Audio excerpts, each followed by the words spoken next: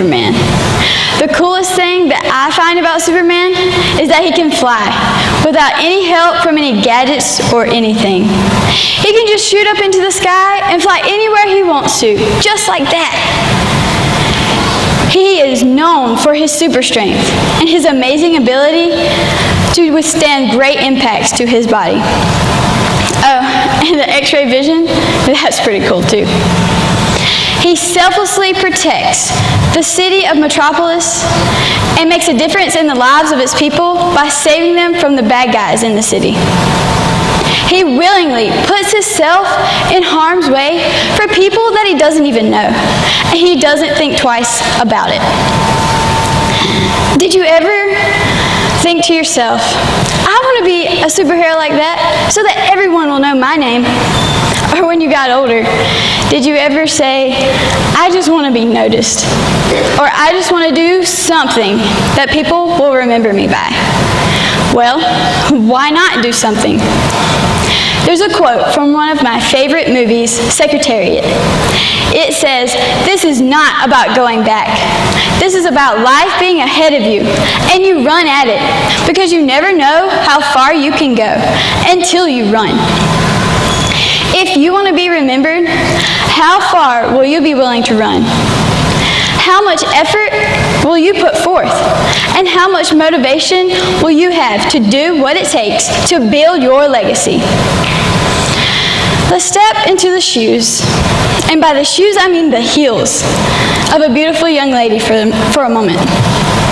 She's standing tall and proud, but her hands are sweaty, her heart's racing. She's thinking to herself, is this even real? Her hair and makeup are flawless, and with her beautiful black dress with the sheer sleeves on, she looks like a princess. She's an 18-year-old African-American lady on the stage of the 1994 Miss America pageant. She anxiously awaits the results, and she watches as the envelope is handed to the announcer and the runner-ups are called. And the winner of the Miss America pageant is Miss Kimberly Aiken from Columbia, South Carolina. Once a princess with a dream is now a queen with her crown. And with a name like Miss America, the possibilities and opportunities are endless. Miss Aiken is a woman who had her mind set on one goal, and she knew of the hard work and dedication it would take to get there. As Miss South Carolina and as Miss America, Miss Aiken used her position, along with her skills and abilities, to put the needs of others before herself. Miss Aiken sets a fine example of a leader. A leader should have a servant's heart, as Miss Aiken demonstrated when she used her platform as Miss America to establish the HERO program, which allows homeless citizens to get back on their feet.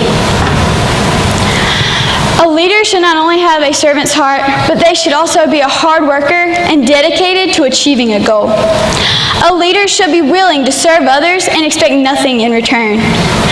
A leader should know what they believe in and be willing to fight for it. Each of us has the potential to be a leader like Miss Aiken. Each of you have the opportunity to be a leader in your FFA chapter, in your community, and in this state. You must be willing to step out of your comfort zone and take on the challenges and fears that every leader comes face to face with. Whether it be the fear of public speaking or the challenge of working with people you hardly know. You must take on those challenges and fears with a heart of determination and a smile on your face. FFA members, what will your first step be to get out of your comfort zone? What will you do to step up to the plate as a leader and make a difference? How will you be the change that you want to see?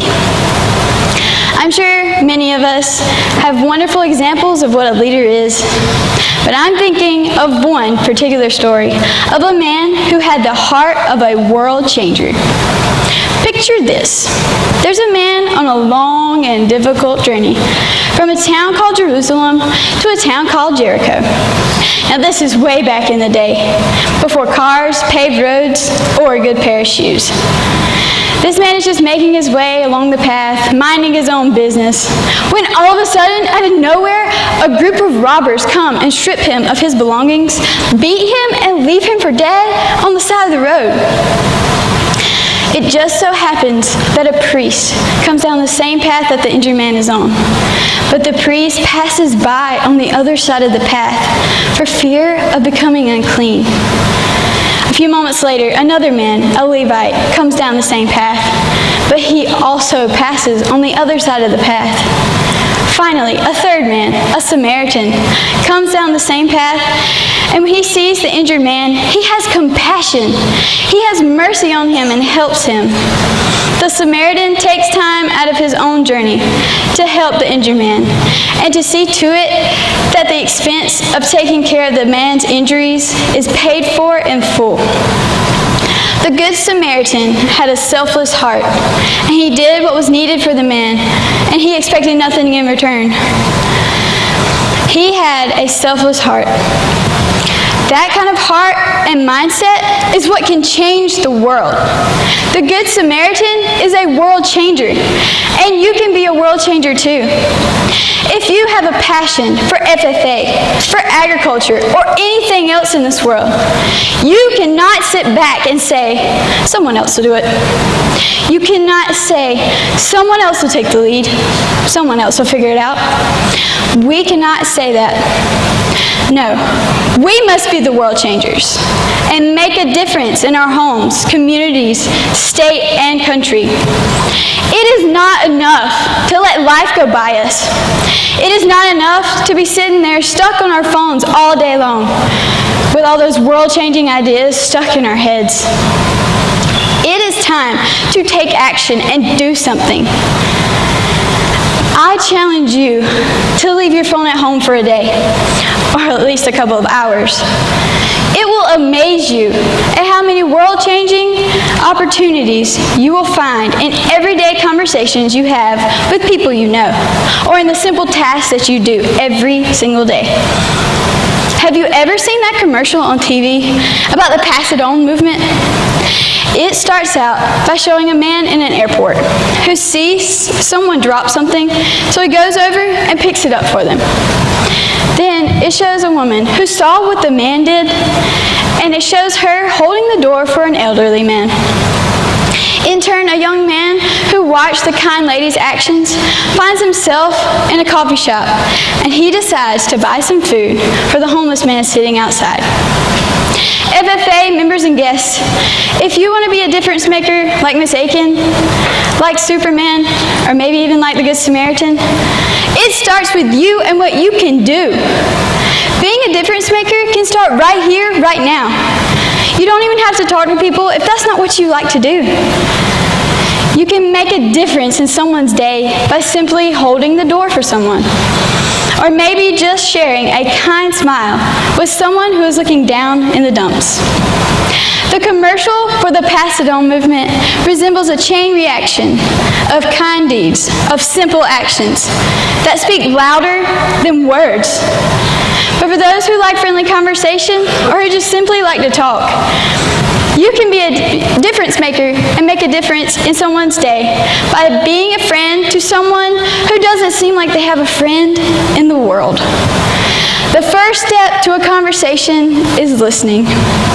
The next can be offering comforting words or advice. I know that I will not always have the right words to say, but I always try to be a friend and at least try to brighten someone's day. My hope and my challenge to you is that you will be the spark for the chain reaction of kind deeds that will change the world. So who will you become? Will you be a leader, a good Samaritan, a friend to someone who doesn't have one? How will you be the change that you want to see? I want to live like that.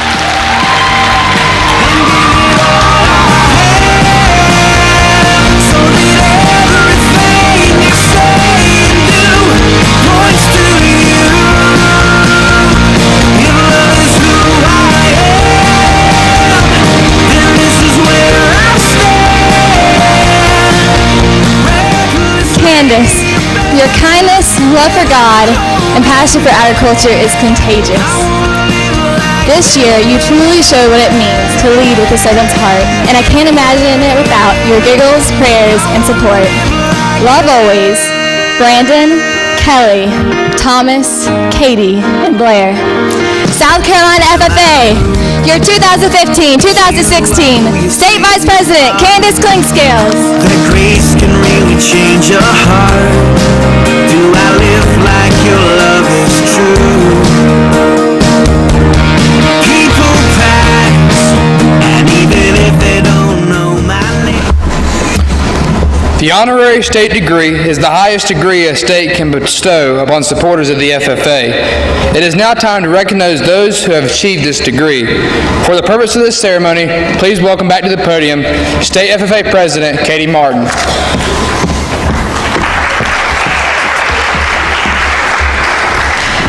It is always a pleasure to receive honorary members into the FFA. The purpose of this ceremony is to recognize from time to time the efforts of others made in our behalf. Madam Secretary, please read the section of the National Constitution which provides for honorary membership. Madam President, Article 5, Section E of the National Constitution states, honorary membership. Farmers, school superintendents, principals, members of Board of Education, chapter advisors, teachers, and staff members in agriculture education, business people, and others who are helping to advance agriculture education and the FFA and who have rendered outstanding service may be elected to honorary membership by a majority vote of the members present at any regular meeting of convention. Thank you, Blair. Will the ushers please bring forward the candidates? And before we introduce these candidates, please give a warm welcome to Lane Holcomb from the Walhalla FFA chapter for a talent presentation.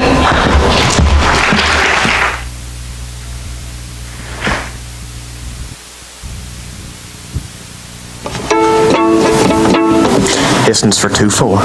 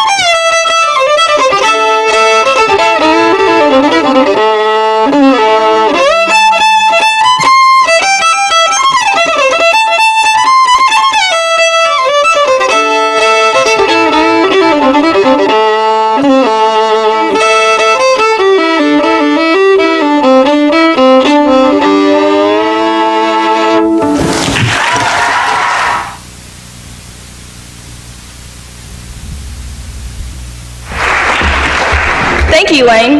Madam Secretary, will you please introduce those who are to receive this honor? Madam President, members, and guests, I am pleased to recognize the following individuals. Mrs. Judy Turner Fox.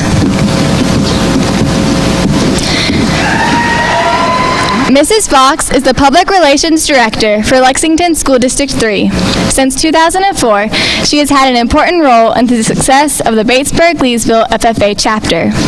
As an avid FFA supporter, she serves as a liaison between the chapter, district, community, and other groups through the use of state and local media. Mrs. Fox has 2 daughters that were both active FFA members. She was instrumental in moving the Mrs. FFA pageant to Batesburg-Leesville and has helped to run the program for the past 7 years. Mrs. Fox is a true friend of agriculture education and the FFA.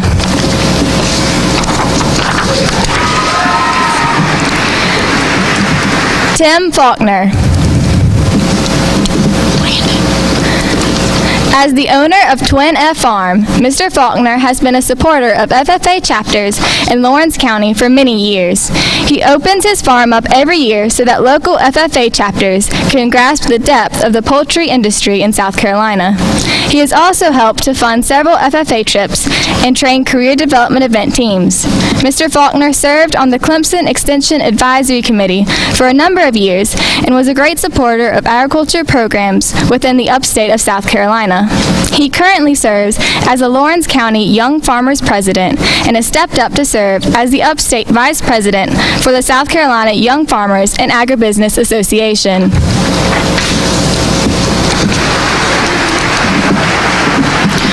Robert T. Yoder, Jr.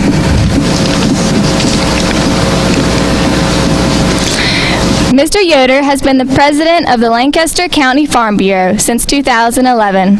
Because of his leadership, all 3 Lancaster County agriculture programs have been funded to attend National Convention and the Sun Belt Agriculture Expo. In addition, each of the 3 schools were given 10 FFA jackets and ties, allowing students who could not afford their own jackets to be properly dressed for FFA events. Mr. Yoder is always on the lookout for ways to help students grow by making students aware of state and local scholarship opportunities. Mr. Josh McCall.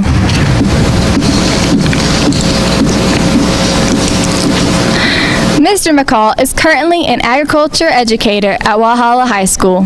He was a graduate of Clemson University with a Bachelor's of Science degree in agricultural education and a master's degree in educational leadership. Before teaching at Walhalla High School, he taught at Daniel Morgan Technology Center and Crescent High School.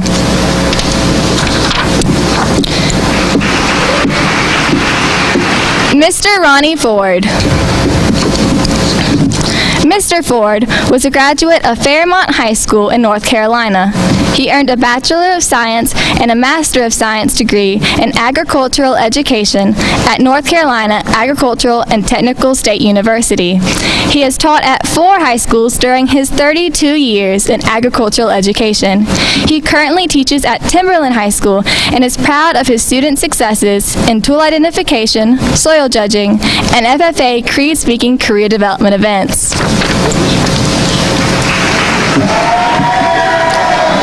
Mr. Kip Beam. Mr. Beam attended high school in Chester, South Carolina. He earned a bachelor's in animal science, pre-veterinarian science, and a master's in animal nutrition and teaching certification in agriculture. He has taught for 12 years at Chester County Career Center.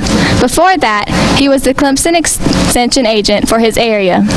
During the 12 years at Chester, his Young Farmer chapter had 2 past presidents, 4 vice presidents, 3 Agribusiness Person of the Year, and 2 Farmer of the Year on the state level.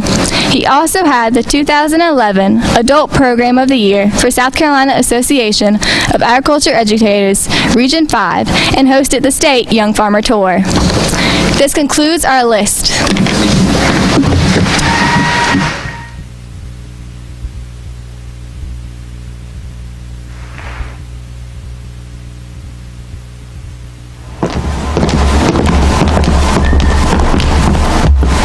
I welcome you as friends of the FFA. It is my privilege as Sentinel to extend to each of you the symbolic handclasp of friendship and brotherhood.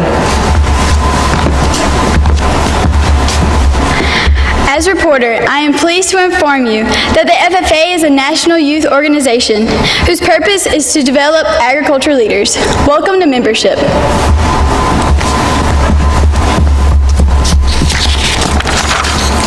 Your contribution as useful citizens in our democracy serves as examples of our members to follow.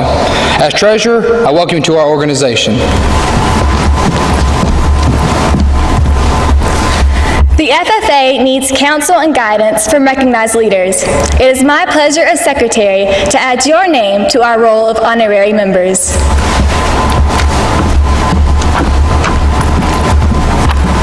As Vice President, I welcome you to the FFA. I would inform you that our members learn to appreciate the dignity of labor. Without labor, neither knowledge nor wisdom can accomplish much. On behalf of every member, I wish to say that we are proud to have you as honorary members. May this affiliation prove valuable to all. I impress upon you that we look for you to counsel and guidance. It is because of the great respect we have for you that you have been elected to honorary membership. May we always cooperate for a benefit of all. I now confer upon you honorary membership to the South Carolina FFA Association and present you with this token of membership.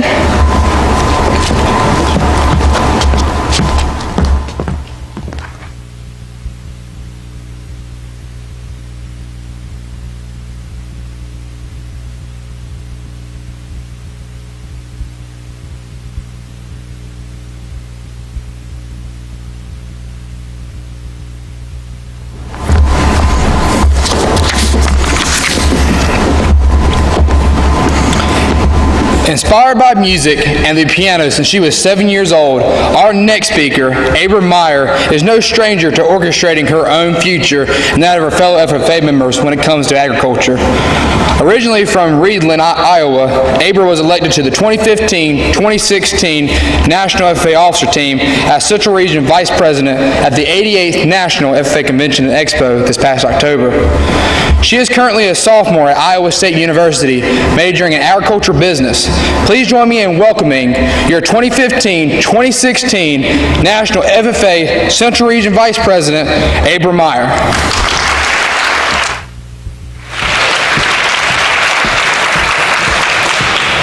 Give me a big old bucket of popcorn, a large Coke, or down here in South Carolina, I'd take a large sweet tea, kick my feet up, and watch a movie. Make some noise if we love movies. Yes. Now, action movie lovers out there, let's hear it. We got a few. Comedy, make some noise. And boys, I know this one is for you. Make some noise if you love those chick flicks. Well, growing up in my house, I loved watching movies, and one of my favorite was Wizard of Oz. I was on that level of, like, I would imitate the little munchkins. I'd be like, follow the yellow brick road, follow the yellow brick road. And I even had my very own pair of ruby red slippers, and I'd stand in my living room and close my eyes and tap my heels together and say, there's no place like home. There's no place like home. There's no place like home. And then my mom would look at me at like, what in the world is that girl doing? She's standing right in the living room. But in those moments, I think back, maybe there is no place like home because home really isn't a place at all. Home is more than the physical structure we live in. Home is those people who we love and surround ourselves with. Home is those memories we make both through the triumphs and the trials. Home is a firm foundation that we build our lives upon. Home is where the heart is. We must build our home, help others to build their home, and then ultimately protect that home. Now, as a kid, I was a sports lover at heart. Make some noise if we love sports out there. Yes. And one of my favorite sports of all time was baseball. My brother and I would grab our mitts, run home after school, and we would try out every day, making our catches and our throws as best as possible. But this summer day was a very special one because I was the new owner of my very first baseball bat.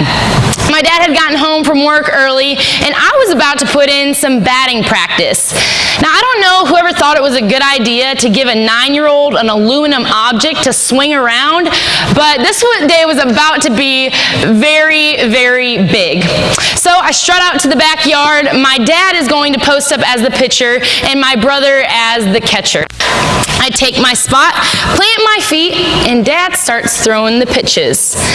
And connection right off the bat, because I'm holding it back, I am making home run after home run. And we're talking like cornfield home runs because we're in the middle of nowhere, Iowa.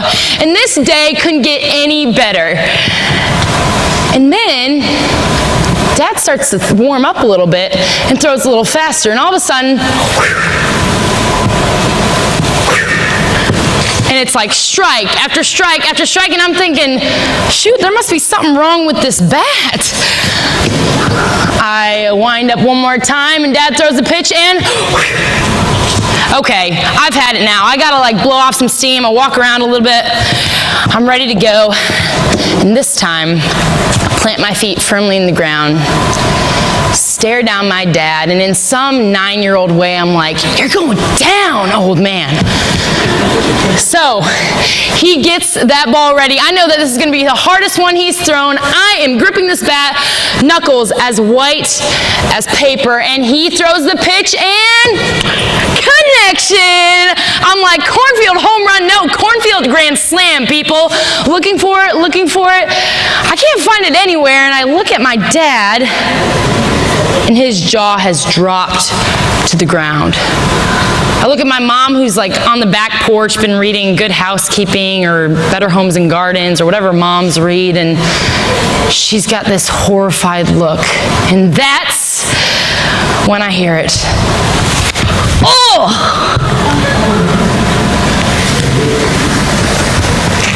You see, that connection that I had made was really not a home run or a grand slam at all. It was actually a foul tip that comes flying back, nailing my brother in the face, and sends him plummeting to the ground. And for the next 2 weeks, I would tell everybody at school that I gave my brother a black eye. And as I look at that picture and think back on those moments, it was in those times in the backyard playing baseball together, running around on sports trips, that I was building my home. Whether it was that quality time with my parents or the memories I made with my brother, every single moment was adding that building block to my home. FFA members, we must build our homes. For some of us, it may be investing that couple extras of hours in the gym, putting up some shots, or maybe out on the field, or maybe in the wrestling room, or on the volleyball court. For some of us, it might be playing that fiddle like our gentleman before, or practicing an instrument till our fingers hurt, or singing till our voices are gone. Maybe some of us like to get our hands dirty in the fields, working in our garden, or out in the crop field, or maybe even working with our livestock. It's building our home by investing in those people and those memories that will make for a lifetime of experiences. Now, some of us may be thinking, ooh, Abra, it's not that easy for me. I don't have those people around me who love me back home like you do, and I don't really get involved in school like you do. But maybe for some of us, then that means to invest some more time around our ag teacher and those fellow FFA members who build us up and help us to build our home. Once we build our home, we must help others to build theirs. Now, road trips have been one of my favorite things as a kid and now into college, and let's make some noise if we also love going on road trips. Road trip, yeah. So back a couple years ago, I took a road trip down to the great destination of Juarez, Mexico. Now, for those of you who maybe don't know a ton about Juarez, let me cue you in a little bit. Population 1.3 million people, settled just south of El Paso, Texas, on the Mexican border. And at the time, it was the most dangerous city in the world. So every reason for a small town girl from 800 people in my hometown, 18 years old, to go traveling with 11 strangers to a foreign country, right?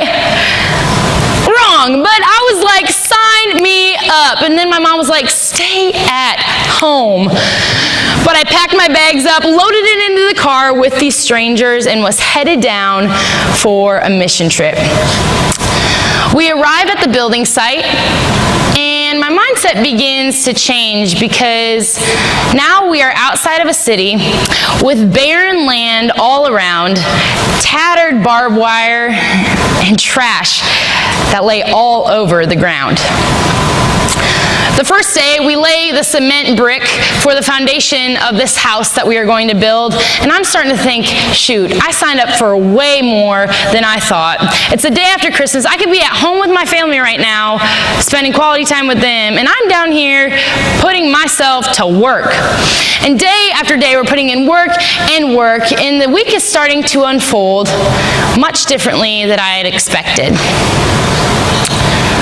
But as the week unfolded, I began to realize that it was unexpected in one of the best ways possible. You see, in all of the time of hammering the nail into the wood and laying that concrete and getting completely dirty from head to toe, some of the greatest memories of my life were made in that week. We brought soccer balls for the little kids and new soccer shoes that were the shiniest things you could ever see. And the kids were absolutely joyful as they got to put on shoes for the first time in their lives. Kick around an object that was brand new, even though it's something we simply live with every day. The little girl's eyes lit up bigger than this room as her nails were painted for the first time, and had seen something so magnificent that we just see as an everyday thing. I didn't have social media or any service down there, and it was a sacrifice to put my phone away, but at the same time captured some of the best pictures that will resonate so many memories that words can't even tell.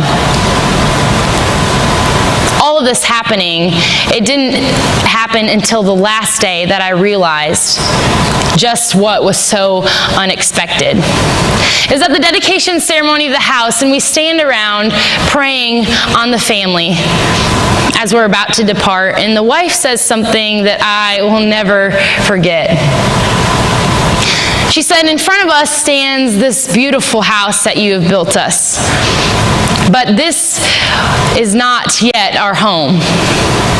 She said, "What makes this our home is the memories we've experienced with all of you who have been here this week.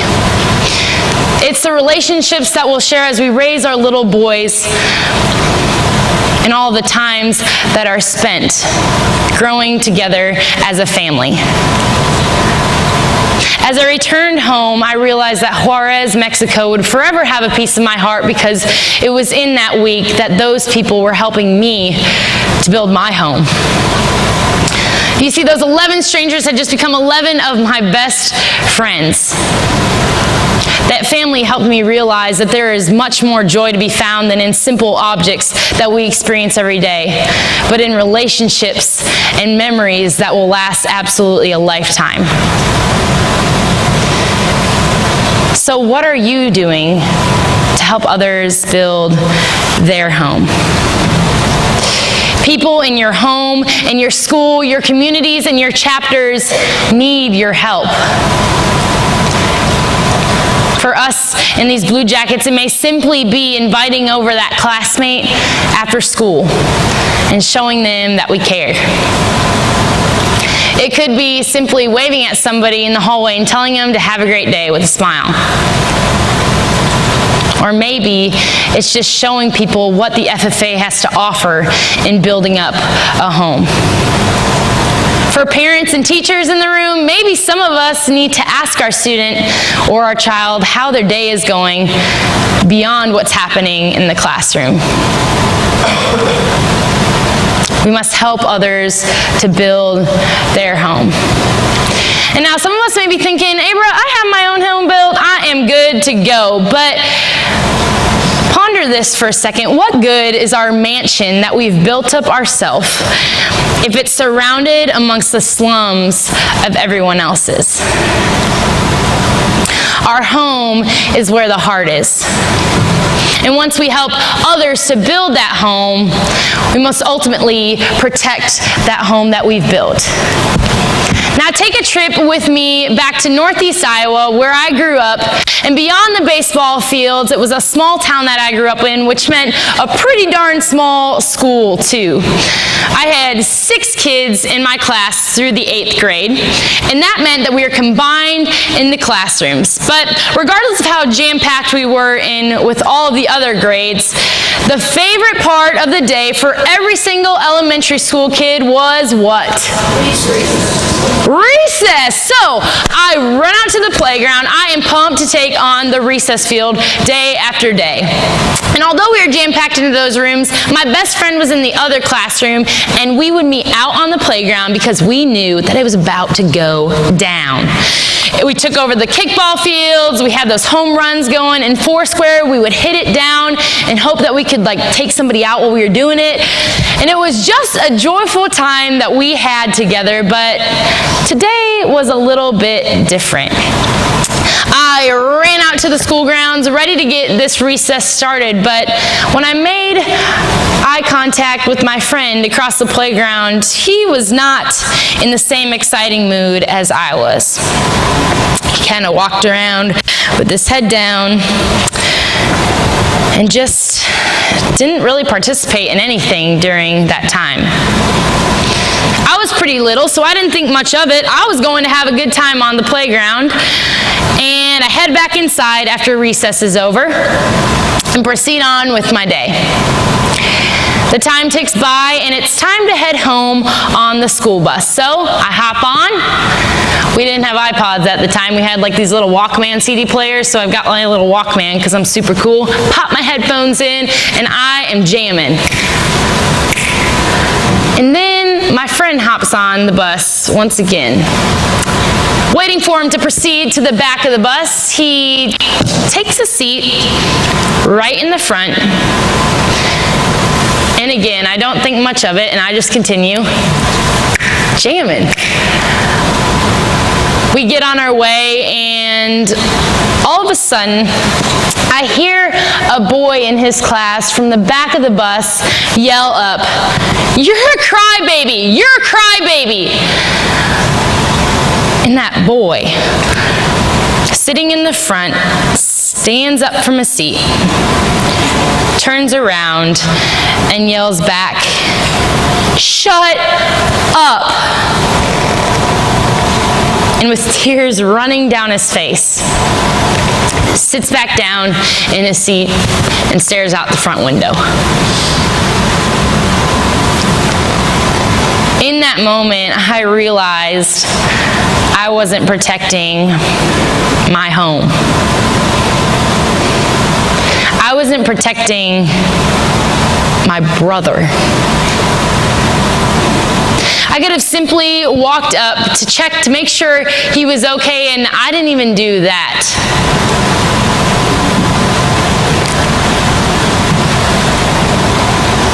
What are you doing to protect your home? When it comes to those things that we really stand firm in, what are we doing to show that they are our strong beliefs? I get that high school is an uncomfortable place, and the last thing that we want to do is step out of our comfort zone to stand up for what is right and maybe not so popular. But we must protect that home, because home is where the heart is. Now, as we think about protecting our home, what are we doing to show those loved ones that we care about them? When it comes to those memories that we love to make, what are we doing to invest time into them to make those memories? When it comes to our convictions, what are we doing to stand firm in them? If the four walls of our physical house were torn down, would we still have a place to call home? Home is more than the physical structure we live in. Home is the memories we make both through those triumphs and those trials. Home is the people who we love and surround ourselves with. Home is a firm foundation that will wither any storm that life throws our way. Home is where the heart is. We must build our home, help others to build their home, and ultimately protect that home. Because wherever we are in life, South Carolina FFA, there is no place like home.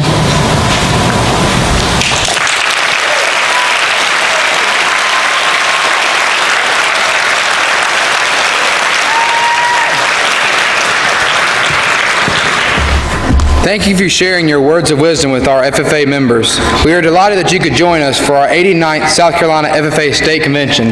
Please take this as a token of our appreciation.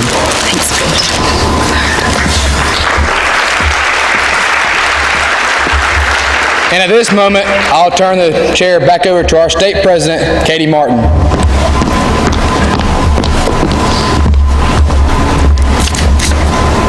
Before we adjourn this meeting, I would like to invite everyone to the Pickens County Career and Technology Center for a night of ice cream, games, music, and friendship. Please join everyone from the close of this session until 11 tonight. Madam Secretary, do you have a record of any further business which should now be transacted? Madam President, I have none. Does any member know of any new or unfinished business which should properly come before this meeting? We are about to adjourn this third general session of the 89th Annual South Carolina FFA Convention.